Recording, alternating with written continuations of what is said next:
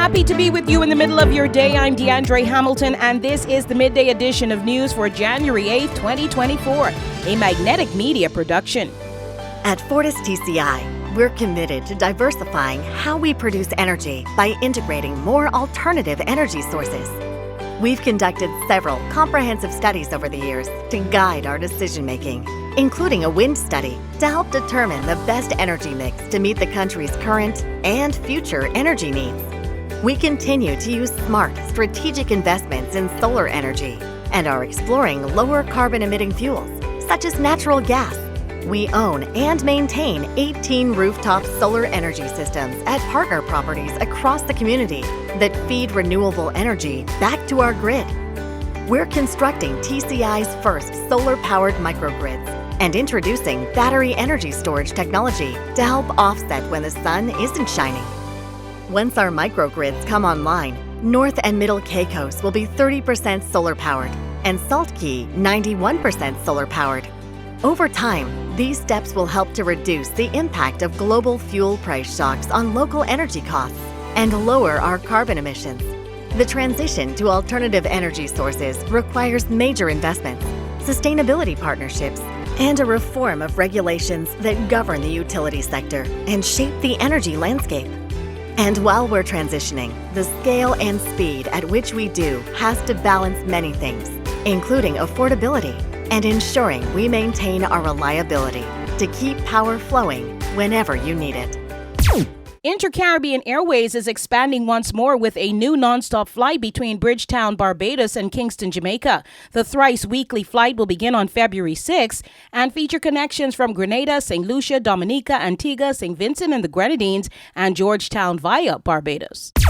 2 additional Turks and Caicos Islanders have been hired for positions at experienced Turks and Caicos. Grand Turk native Courtney Robinson, who is a previous hire at the dissolved Tourist Board, is the new Strategic Development Manager. And Trina Adams, who headed marketing at the country's investment agency, has moved to tourism as the new Chief Marketing Officer for experienced Turks and Caicos.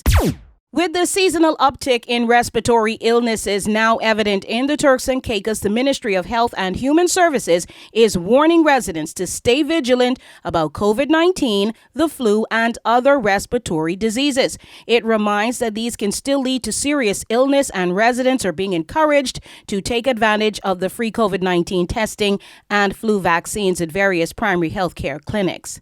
The news that matters most. There is a butcher and store at the new Sunny Foods at the Blue Hills Roundabout. Visit the store for the same Sunny service, same Sunny selection, same Sunny savings. Sunny Foods in 5 Keys. Sunny Foods in Grand Turk, 2 locations. Sunny Foods now in Blue Hills. Sunny says no one beats his prices. No one. The Tourism Capacity Carrying Consultation meeting set for January 9th in Middle Caicos has been postponed. The meeting, however, for North Caicos at the Adelaide Omla Primary School today, Monday at 5 p.m., is still on, as is the South Caicos Community Center meeting on Thursday at 11 a.m. These meetings are aimed at expounding on a capacity carrying study which aims to assess how many visitors the islands can sustainably entertain without exhausting natural resources and affecting the living quality of residents. 171 Boeing 737 MAX 9 aircraft have been grounded by the U.S. Federal Aviation Administration, or FAA, after an Alaska Air aircraft door fell off in midair, forcing an emergency landing. The plane was en route to California from Oregon with 177 passengers on board. The FAA is urging airlines now to inspect for a loose bolt in the rudder control system, as 2 other airplanes with similar issues have also been discovered. Now a viral TikTok sensation, the Royal Caribbean Ultimate World Cruise will end in the Caribbean this September. Stops include Bermuda and the Bahamas before disembarkation in Florida. The cruise began with the first stops in the Caribbean as well last December, including the Bahamas, Aruba, Bonaire, Curacao, Barbados, and Grenada. Tickets for the cruise began at $54,000 per person. This is 2024. Arise, shine, and share. That does it for news in the Midday edition. News comes your way again later at 5 p.m. Remember to subscribe at MMTV Caribbean on YouTube and get the news automatically.